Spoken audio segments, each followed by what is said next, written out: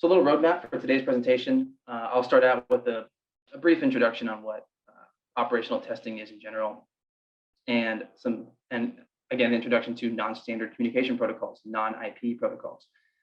We'll go into some fun cyber attack demonstrations, and we'll conclude with a discussion on capturing data from those cyber attacks as it would relate to an operational test, and how we can use that data to determine the effect on the mission. Okay. All right. So before we get into the non-IP material, I do want to define a few terms and establish some context for who we are and why we're talking about this. For some of you here today, the term operational testing might be new, and that's totally fine. For the purposes of this talk, in the short time that we have, think of operational testing as testing the system in the environment in which it will be used. So out in the wild with its intended users, in the environment where it's going to be ultimately used, that's where we want to test it. And actually, for systems being acquired by the Department of Defense, there's an organization tasked with overseeing operational testing of DoD systems. And that organization is the Office of the Director of Operational Test and Evaluation, or DOT&E. And I'll be referencing DOT&E a couple of times throughout this. Now, we at the Institute for Defense Analyses, we provide analytical support to DOT&E, and we help oversee testing, and we help them with the whole oversight process. So that's the context from where we're talking today. And a specific outcome of all that operational testing, one of those pieces is an assessment of the system's cybersecurity. And that's where we'll be focusing in this presentation. Now, a lot is involved in that process. But at a high level, I'll introduce two major test events to hopefully get your mind in the right place on what we're talking about. The first one is a cooperative vulnerability and penetration assessment. So here, a cyber team, we'll call them a blue team because they're generally a friendlier version than the next event. They will go in and try to identify vulnerabilities and exposures and do some preliminary penetration testing on an operationally representative system. Information or data from those tests will go to the program office, and maybe they'll fix the holes that were identified. That data will also go to the red team, or the adversarial cyber team, where during an adversarial assessment, a team will go out into a test which is conducted in an operational environment and perform cyber attacks against the system. So here we see some tanks driving through the desert, presumably doing some sort of mission. Well, a red team would go out to that desert and introduce cyber attacks on the vehicles with the real operators using the system. And then out of all that will come an assessment of the system's cybersecurity. In order to make an accurate determination of that cybersecurity, operational testing really should consider all interfaces and all networks on a system. We all very well know that DoD systems, most DoD systems include both Internet Protocol, IP, and non-IP systems. IP networks would be things like connecting to some sort of internet, software applications, backend databases. Non-IP networks would typically control your physical systems. So automotive components, weapon systems, industrial control. Also radio and satellite communications. And the takeaway point here is that non-IP networks often support pretty mission critical tasks, which is why we say that they should be included in all operational testing. And actually DOT&E, that organization that I mentioned earlier, has consistently published guidance clearly stating the need to test these non-IP systems. In 2016, on the memo on the left here, Dr. Gilmore, who was the director at the time, put out a memo that said, quote, "At present, the ability to test against these threat vectors is rudimentary." 2018, further guidance came out that reiterated the need to test these non-IP systems, these non-IP networks.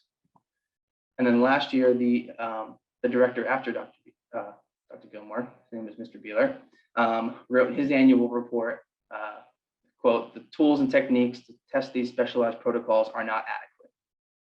So at least from DOT&E's perspective, they've clearly identified that there is a current gap in cyber testing and data collection capabilities of these non-IP networks. And it's worth thinking about why these tools don't exist. Why do the analysis tools and test tools not exist to test these systems?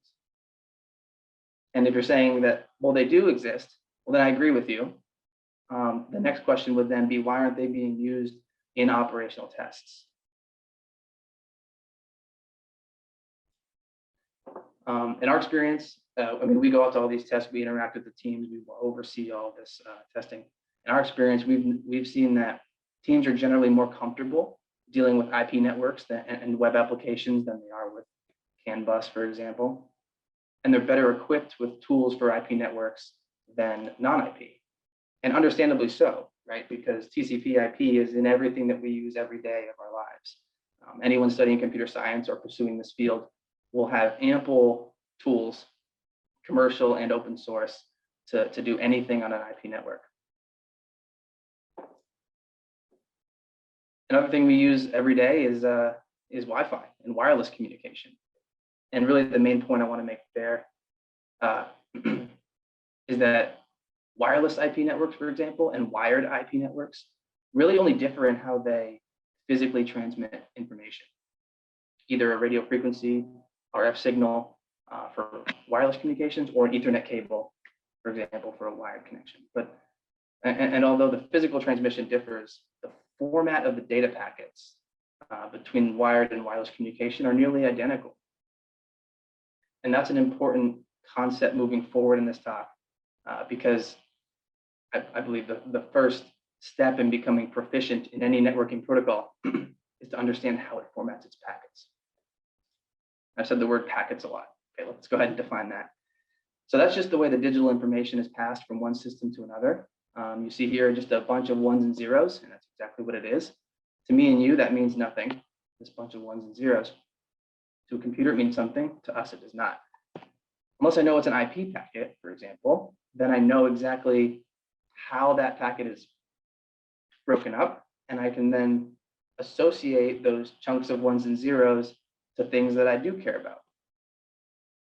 For example, the source address, where the packet came from, the destination address, where it's going. So if I understand the packet structure of anything that I'm looking at, then I can move on with my analysis from there once I receive the raw data, for example, from an assessment. Okay, that's enough learning new things for right now. Let's get into a demonstration, and hopefully this video works. So here we have our resident hacker, Mark Herrera, flying his Wi-Fi enabled drone into view here, using it as it's intended from his cell phone using a wireless network. On the left is his attack laptop that he's used to crack the password to the wireless connection. And he can now spoof commands. So he'll send the shutdown command, which will then drop the drone out of the sky. Awesome. Now on the top right, if you're watching that was capturing the traffic coming out of Mark's laptop. So we see this giant spike when he sent the command. So we see a large outflow of packets being sent at the same time that the drone fell out of the sky. So we can then associate a quantitative measurement of packets leaving, and we can identify which packets those were, to an observed effect in the field or his living room of the drone falling out of the sky.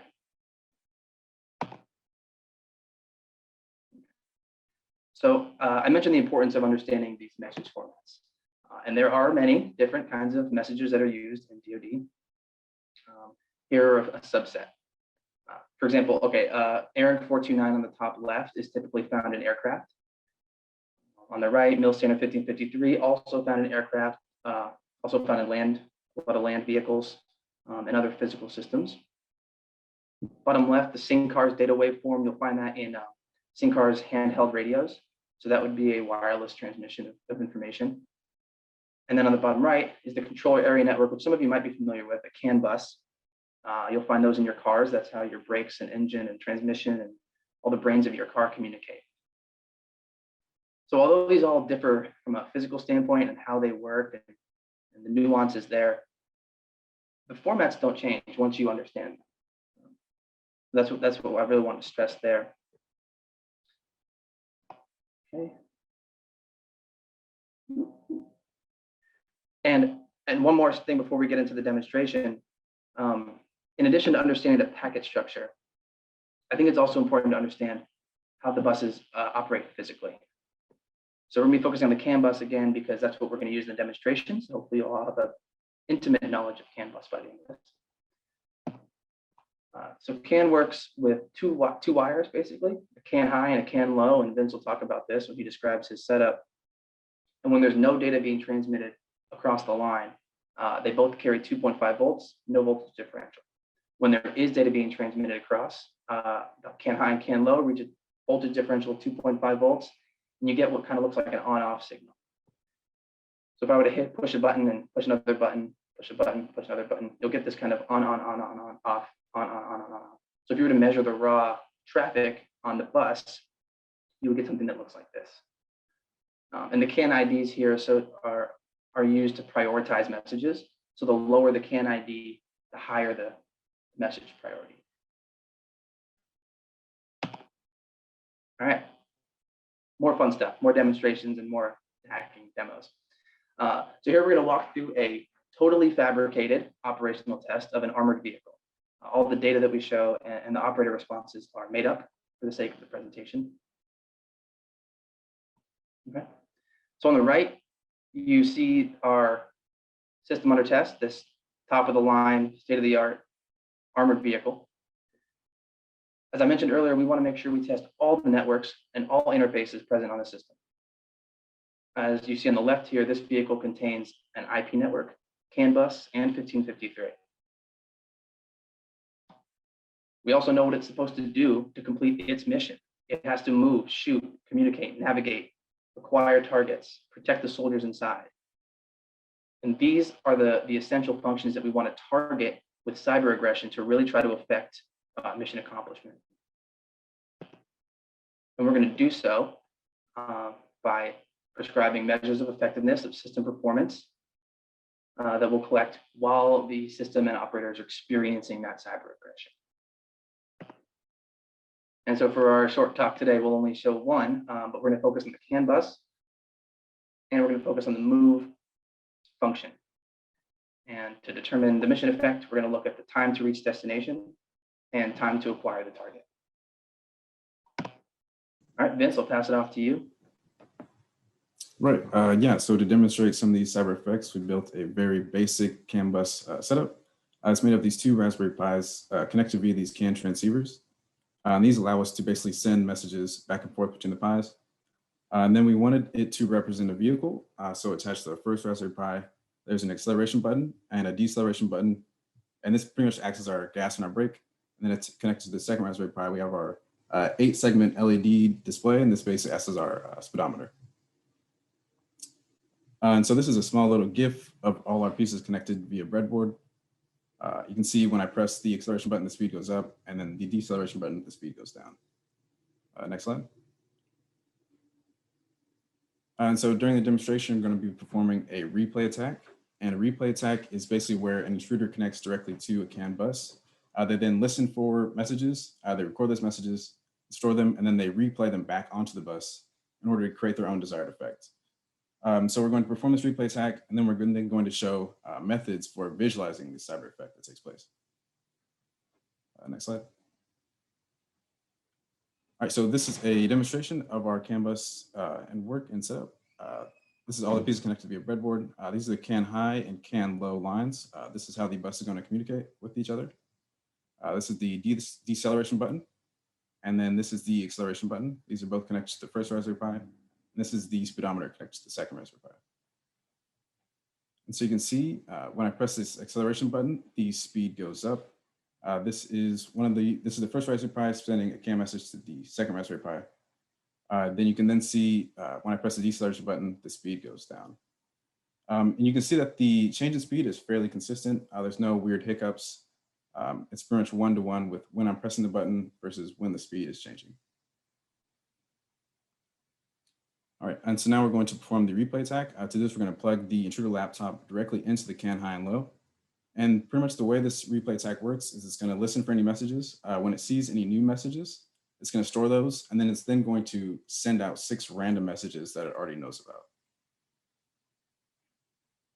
And so you can see, even though the no button is being pressed, the replay attack saw that there was new messages being sent and is now kind of spamming the bus with 6 random messages, both up and down, regardless of what button is actually being pressed.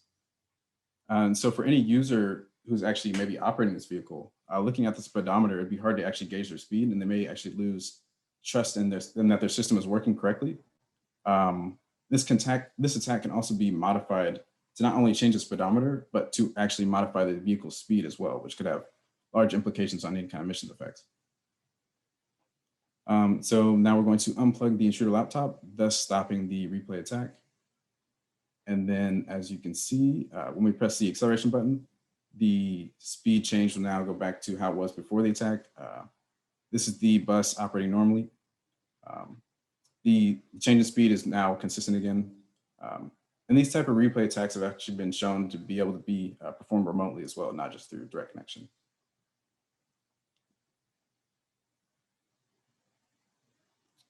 All right, so now we're going to look at some of the communication, like a visualization of the communication that took place during the demonstration. This first plot, the top plot, is going to show our brake messages. The second plot is going to show at the bottom is going to show our acceleration messages. The y-axis is the packets per second, and the x-axis is the time in seconds. Go ahead, yeah. So we can notice there's going to be 3 distinct portions in these graphs. This initial portion is our bus functioning normally. You can see there's kind of these parallelogram type lines. This correlates to us pressing the button, holding it down, watching it reach 9 or 0, and then letting go. You can then see in the second portion, this is when our replay attack occurs. You can see these kind of jagged up and downs. This correlates to our replay attack, saying the random up and down messages.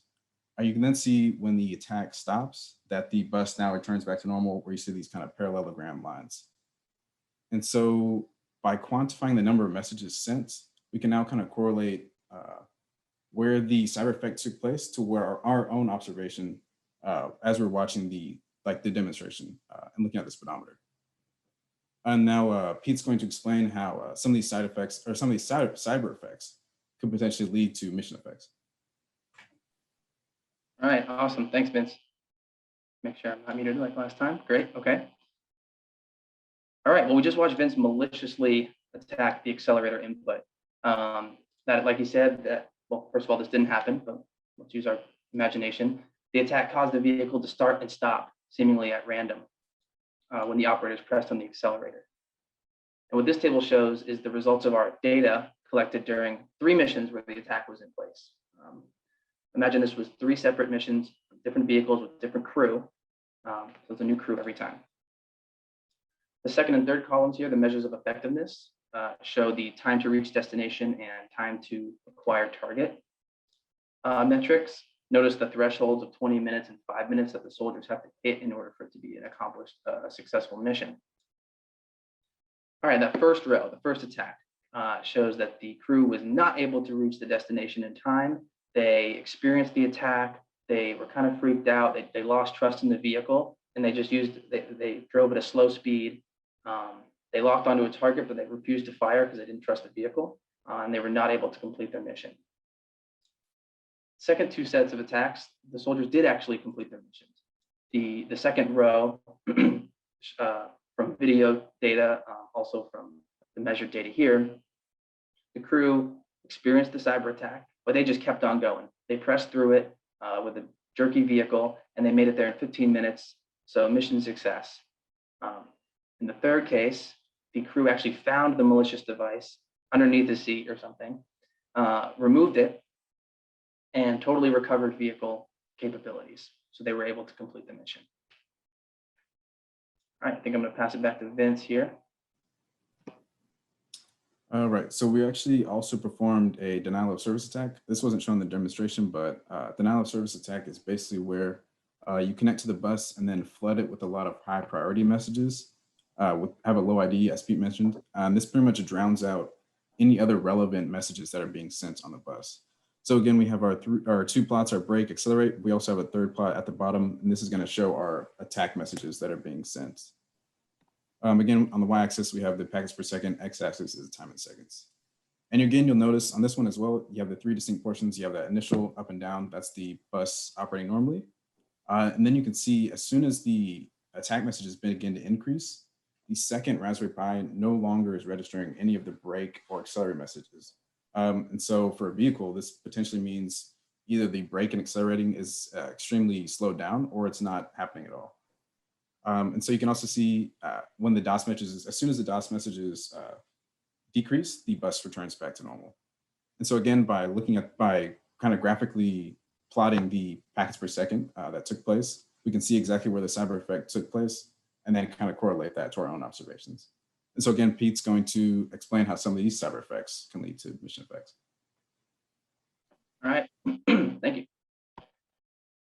Now during this attack, which is indicated at the bottom there, the last row, Vince caused a denial of service to the accelerator and the brakes. So once that attack triggered, brakes and accelerator did not work, vehicle was unable to move. Obviously, the unit could not complete their mission.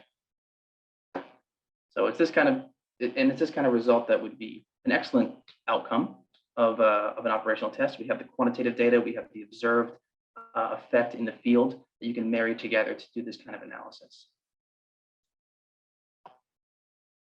Now, the data we showed in our example test was obviously created using a homemade CAN device and open source software.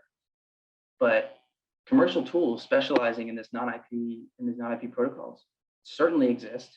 Some of them are shown here, and they provide ample data collection capabilities.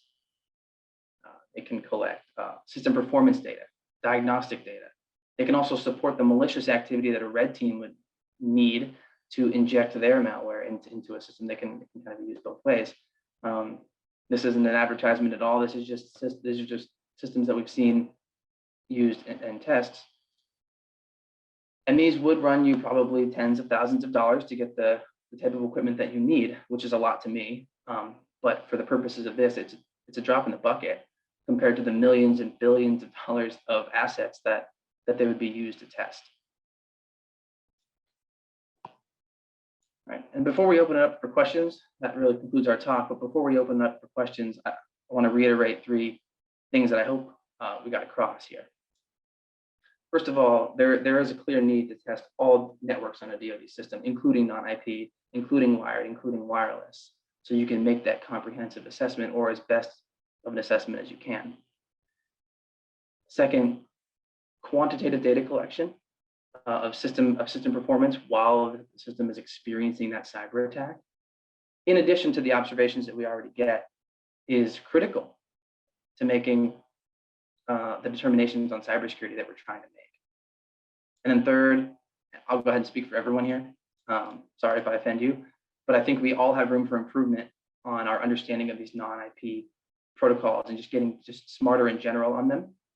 I think it would help the test planning process, execution, and the analysis in operational testing. All right, and with that, I guess we'll open it up. Thanks. Great, thanks, Pete and Vince. I thought that was a really informative talk. Right now, we don't have any questions in chat, so I'll go ahead and start off with a question for, I suppose, both of you. So you talked there at the end about some of the hardware requirements that you would need for testing non-IP-based systems. But surely there's additional requirements besides just hardware that you would need. So can you talk about what other requirements you might need for, if you're a test agency, or what other requirements you would need from an analysis perspective to really get a good set of analyses on non-IP-based systems? Yeah, that is a great question. And I don't know if that was a layup or not, but there is a roundtable event tomorrow where we're going to discuss that exact same thing on the challenges of data collection and how to do these tests of non-IP protocols. No, you're totally right. You can't just show up with any equipment you want and plug it into a DoD system, an operationally representative system, right? So there's a lot of permissions involved, of course, especially if you're going to come in over the air on anything. But other than that, I don't know of any other, I guess we're going to discuss it tomorrow.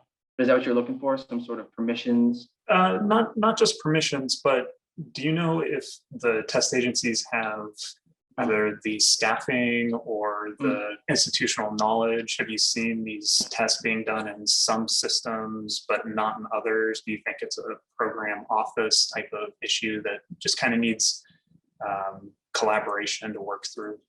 Totally. So just collecting the data isn't enough. You have to be able to do something with it. So an obvious question would be, yeah, I'll collect your data, but what are you going to do with it?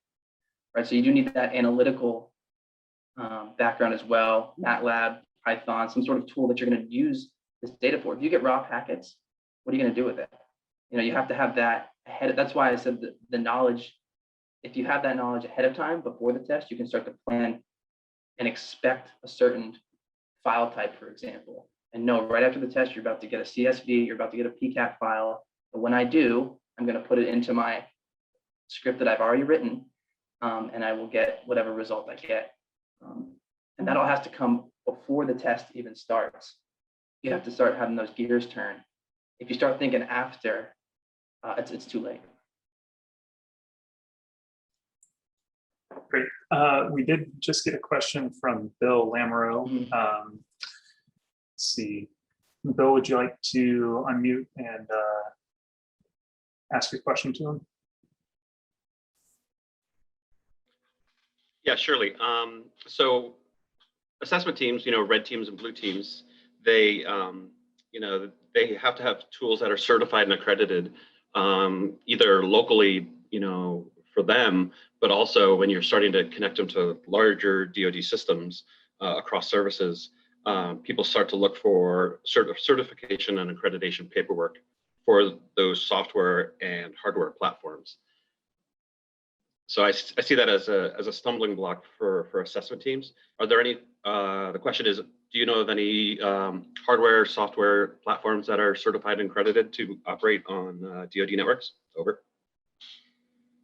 Yeah, maybe you can elaborate on platforms, but I do know that whenever the red team shows up in an event, they have their laptops that are already accredited. They each have their own type. They all have their fun names for them, but it's basically a system that has been approved to be plugged in to a DoD network, especially if it's a network on the internet. Do you mean as far as these tools go, if you would have to have them accredited first? Bill? I guess I was referring to non-IP platforms. Gotcha. No, I mean I've seen it so rarely. I've seen it happen so rarely that I couldn't even answer you. The way I've seen it is they just take their laptops they came with and have maybe some open source CAN tool like Vince used, and just perform some replay and capture traffic and buzz or something from there. I haven't seen any considerable accreditation procedure go through.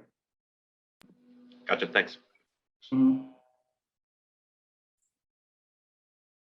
And I will add on that that this onus of understanding this stuff shouldn't all be on the cyber teams. It 100% falls on me and IDA.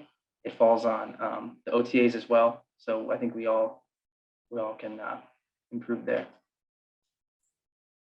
Great. Thanks, Pete and Vince, again for the presentation. I know that I hope that the roundtable tomorrow produces some good discussions about possible ways forward. So, thanks. Jason, we have 1 minute, right? Yes, you do. Go for it. Logan, do you want to go ahead? Logan, do you want to go ahead and say something on that? Yeah, sure. Hi, Logan Stender with the Marine Corps Red Team. So as Pete said, we do show up with, we call them our attack platforms, but yes, they are approved, accredited, government owned and procured systems in which we have ATOs and ATCs for the networks involved that we need to connect to.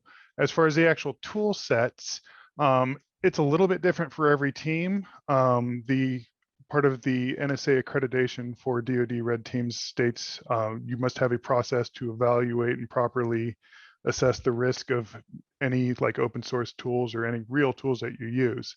So for my team, we have a codified process to review any tool that we're going to bring into an engagement that we did not write ourselves.